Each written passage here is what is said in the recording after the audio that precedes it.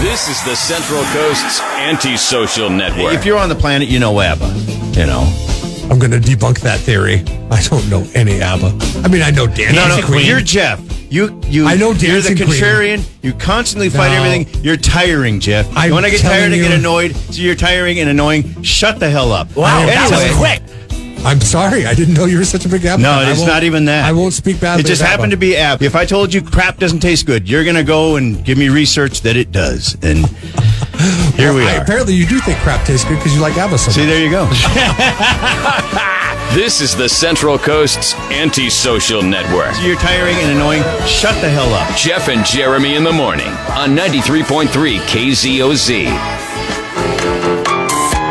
Mr. Gorbachev, tear down this wall. Yeah. You know, he was always the kind of guy that you hated, but at the same time, you wanted to like him. Had a nice, charismatic face. That scar on his forehead up above. No, it wasn't a scar. It was a birthmark. I'm sorry, you're right. It was a birthmark. Mikhail Gorbachev died yesterday. He was 91 years of age. He brought down the wall, but he outlived Ronald Reagan. By a lot. Yeah.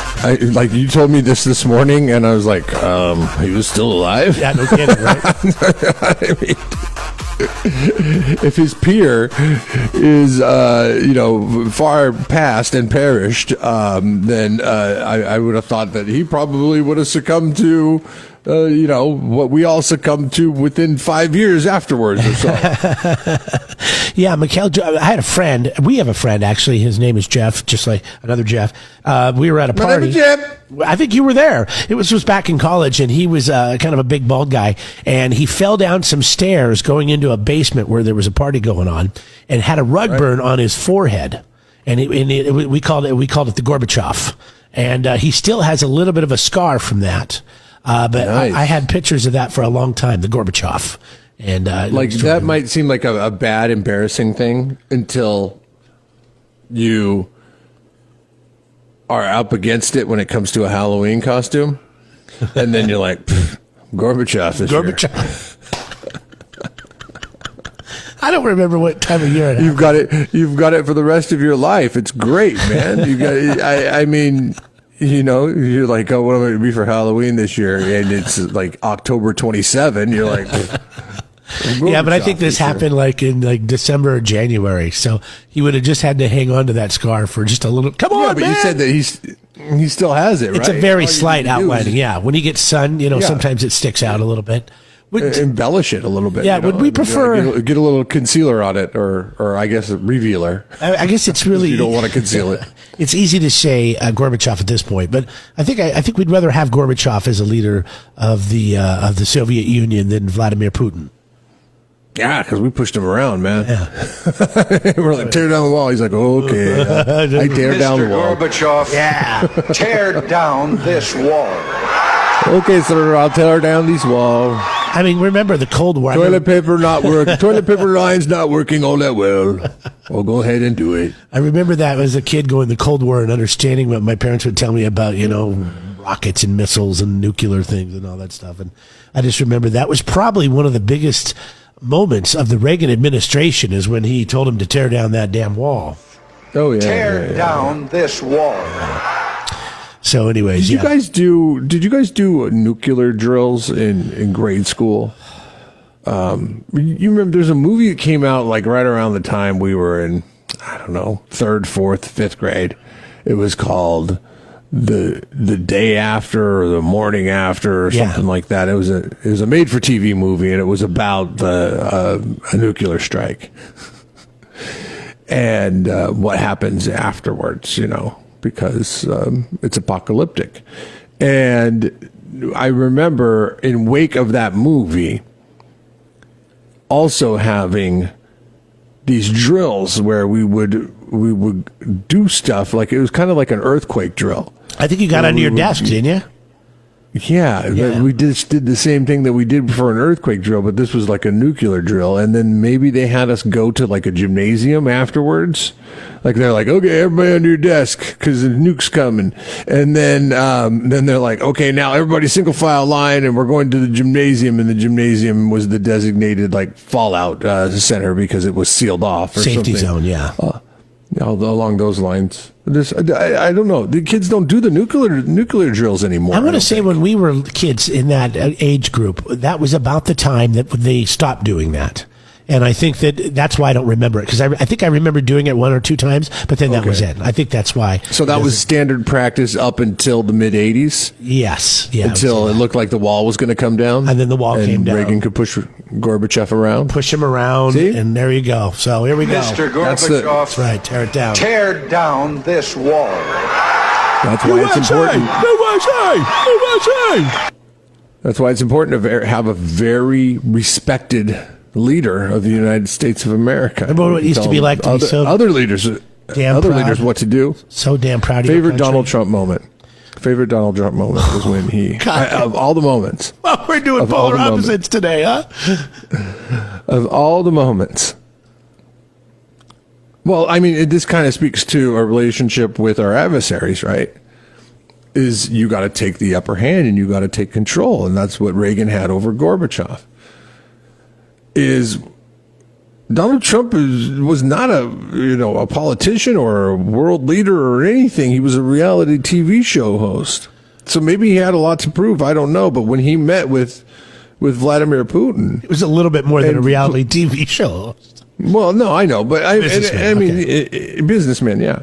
I mean, but he'd not been on the world stage. Right. And then the first meeting with Vladimir Putin walking up to him and he shakes his hand, and Trump reaches out, and Trump's a tall guy, but still Putin's like in good shape. Trump's not in good shape, and he takes Putin by the hand and he pulls him in towards him, and like Putin was like, whoa, and almost fell over. That's right. And at that moment, it's like, okay, this guy's going to be a strong leader. Just all in one handshake. He didn't even have to say anything. Yeah, there's nothing worse than meeting some guy. Sorry, and maybe women won't understand this. Other guys will if you've done it. And somebody reaches out their hand, and it's just this limp wrist, like lame, like, okay, whatever. All right. Yeah. Or even worse, they reach out their hand to shake somebody's hand, and there's nobody there. We're giving away tickets to see Weird Al. More on that coming up. Hang on. Spending 4 hours in a box together every day can make you say crazy things.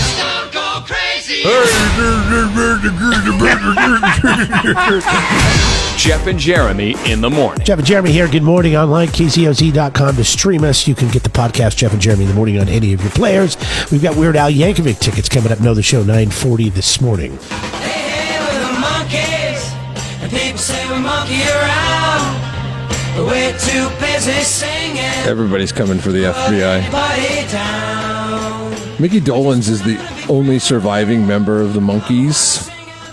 Yeah, I remember hearing And something. apparently the FBI, back in, was it 1967? They were investigating the Monkees, and Mickey Dolenz wants to know what.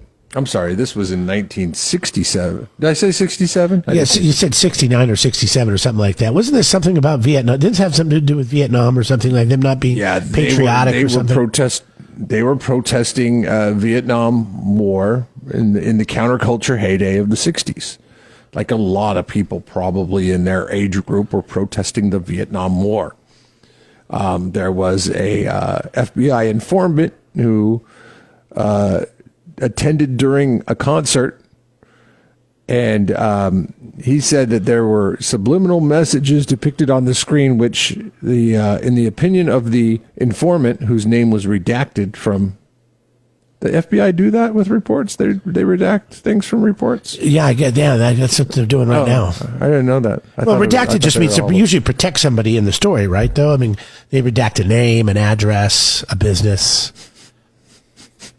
A lot of names and addresses Witness. and business in that Trump report. Then, Well, the news story today is from the from the Department of Justice is what do they have? They call it a master, something that who's going to go over the third party go over the case. Like, oh, that's not necessary. Don't, come on, let's not try too hard on this. All right, let's just get the orange man thrown under the bus a little bit more, so we can get more of these Kool-Aid drinking liberals to make sure they're not going to switch on us.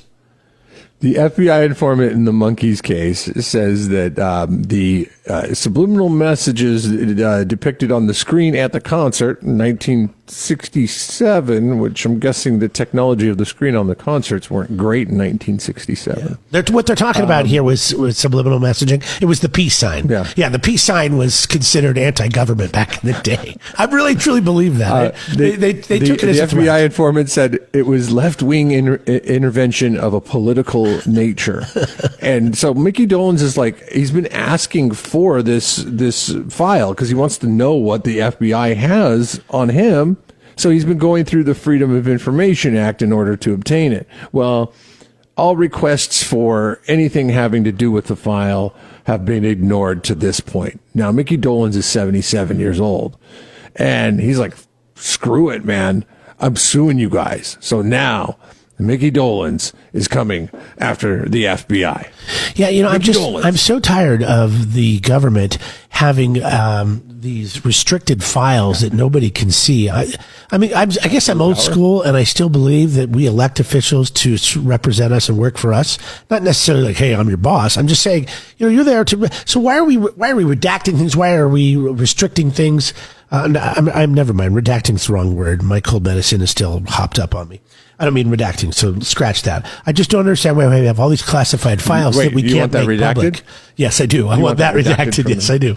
But, okay, for example, we have all these classified files. That's the audio version of the redacting. Yeah, that we can't see. You know what? They apparently, for years said they weren't investigating aliens. And then what was it last year? How annoying it is? Yes, it's very annoying. Last year, all of a sudden, now they come out and say, yeah, we've been investigating aliens since the 60s or 50s or whatever it was. It's just like, oh, who cares? It's That's like, the FBI stepping in right there. Come on. Good for Nikki Dolan. It was my point. You know what? If they have a file on you, they should be able to give that to you by now. Obviously, the case has moved on. It's dead.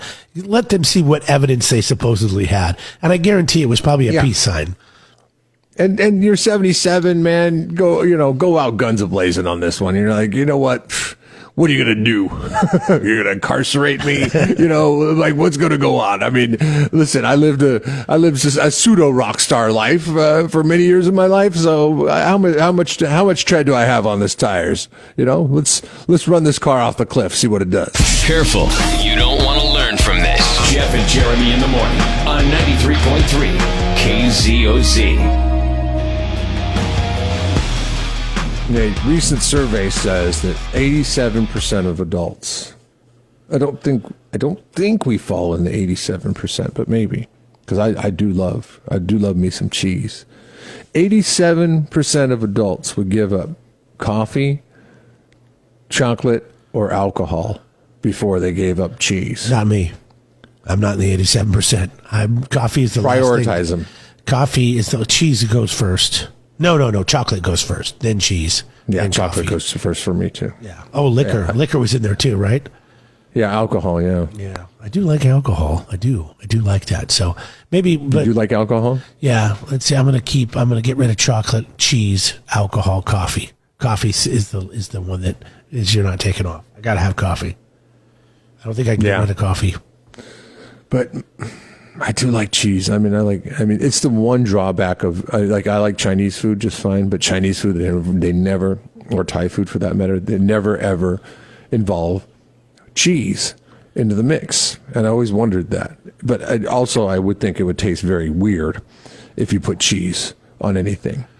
But I've never had a Chinese dish. What's your favorite cheese?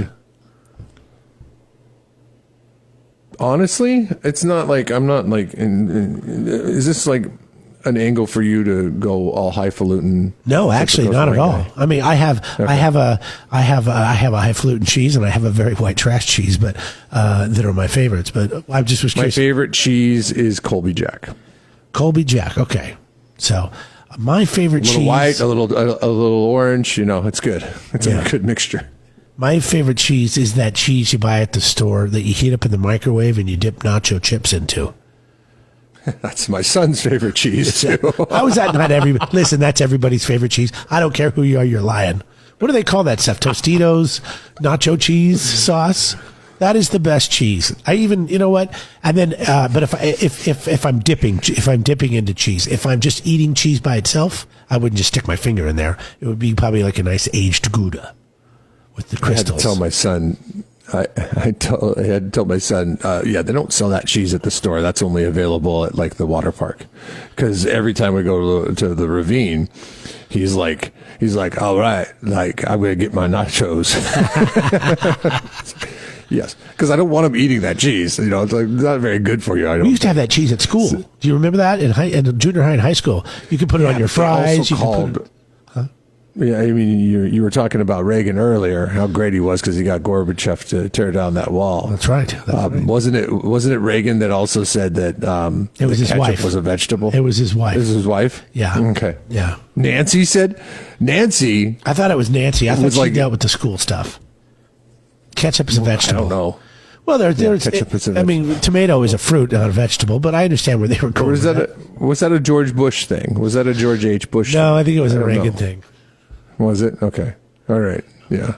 But anyways, yeah. So people would rather give up coffee, chocolate, or alcohol before they gave up cheese. 87%. That is a big number. But then also, cheese is good, man. You know what? I think I could give up. Oh, you know what was Bush? It was Bush. I'm glad I looked this up. It was? Yeah. Okay. It was senior. It was Bush. It was his vice president in 1988. He was dogged for referring to ketchup as a vegetable. Hold on. This was a Dan Quayle thing? No. It was Reagan's vice president. To run for president. It was Bush. 1988. Okay. Yeah, his campaign was dogged for referencing ketchup as a vegetable. All right, sorry, Reagan. Oh God, he's rolling in his grave right now. He's like, come on, man! On the day my nemesis dies, you gotta get this fact wrong. Come on. I mean, you fast forward 40 years, and it's very interesting. Could you imagine today anybody coming out and saying, "Oh yeah, ketchup's a vegetable. We give vegetables." In 2020, that would not go over so well. How did we get here again? I don't even remember, but we got dumbass of the day coming up. Americans love cheese. Yeah. By the way, Text in your favorite full cheese. disclosure.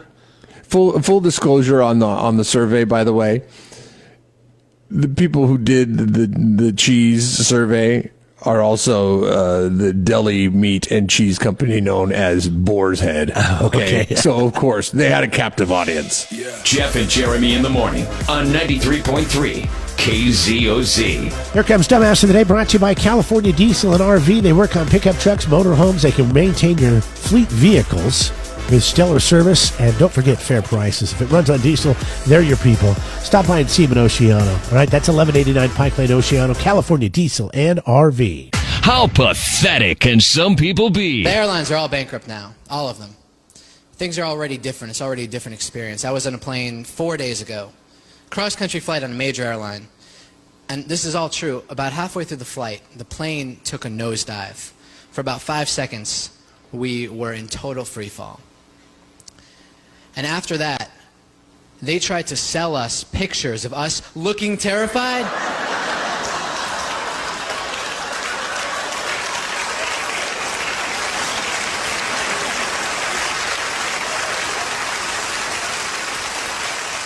For $8.95. And I'm telling you, when you see it, you have to have it. But still.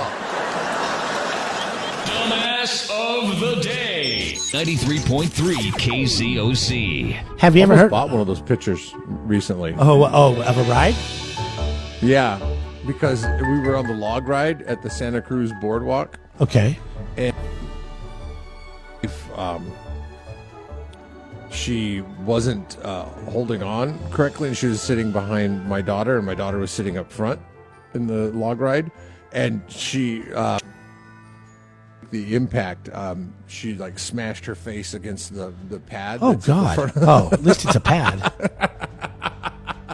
she's fine. My daughter's fine. But it was so funny, the picture. I was like, oh, we got to get that one. And my wife's like, no, we're not buying that.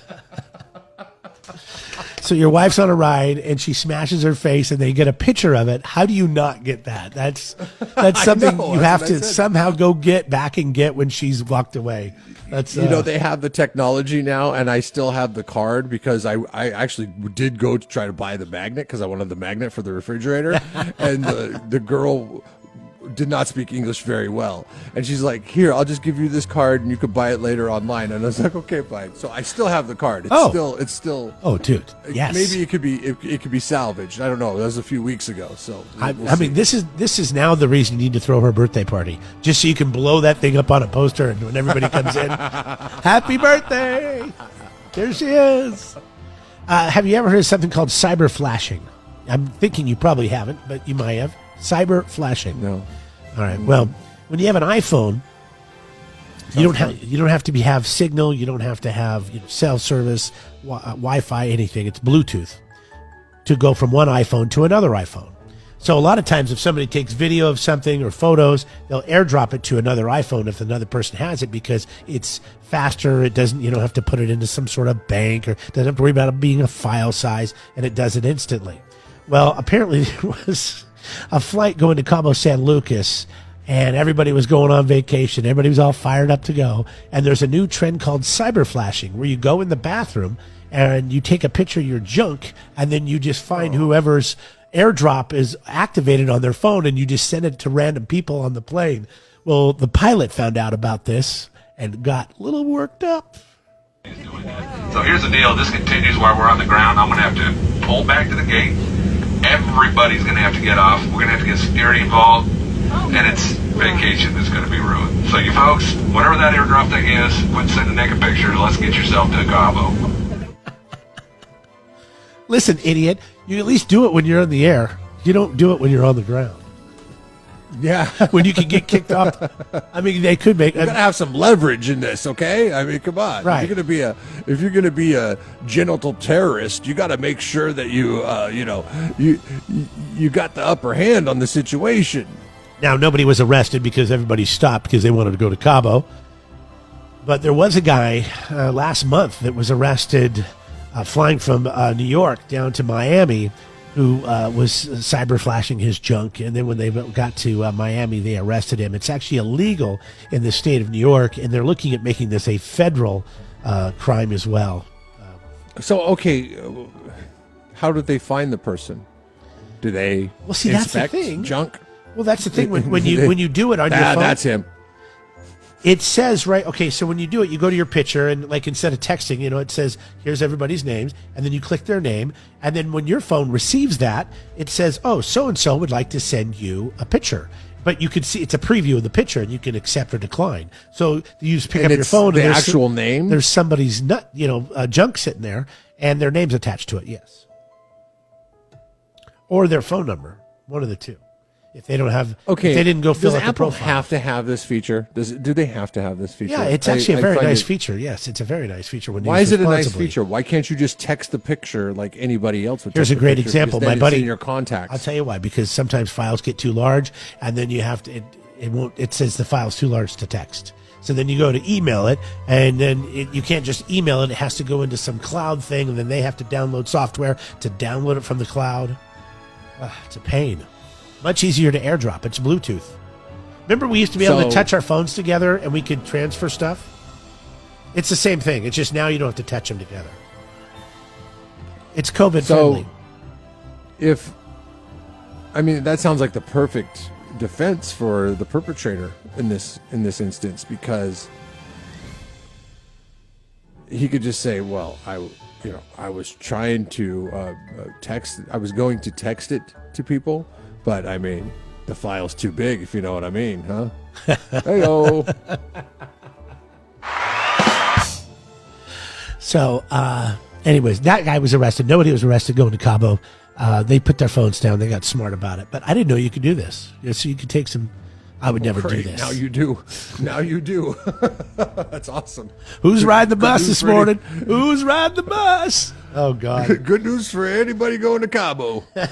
Congratulations, you cyber flashing, airdropping mofos. You're Jeff and Jeremy's. Dumbass of the day. It's Jeff and Jeremy in the morning on 93.3 KZOZ. Subscribe to the Jeff and Jeremy podcast now on Apple Podcasts, Spotify, Google, and YouTube. It's your Central Coast commute-friendly podcast.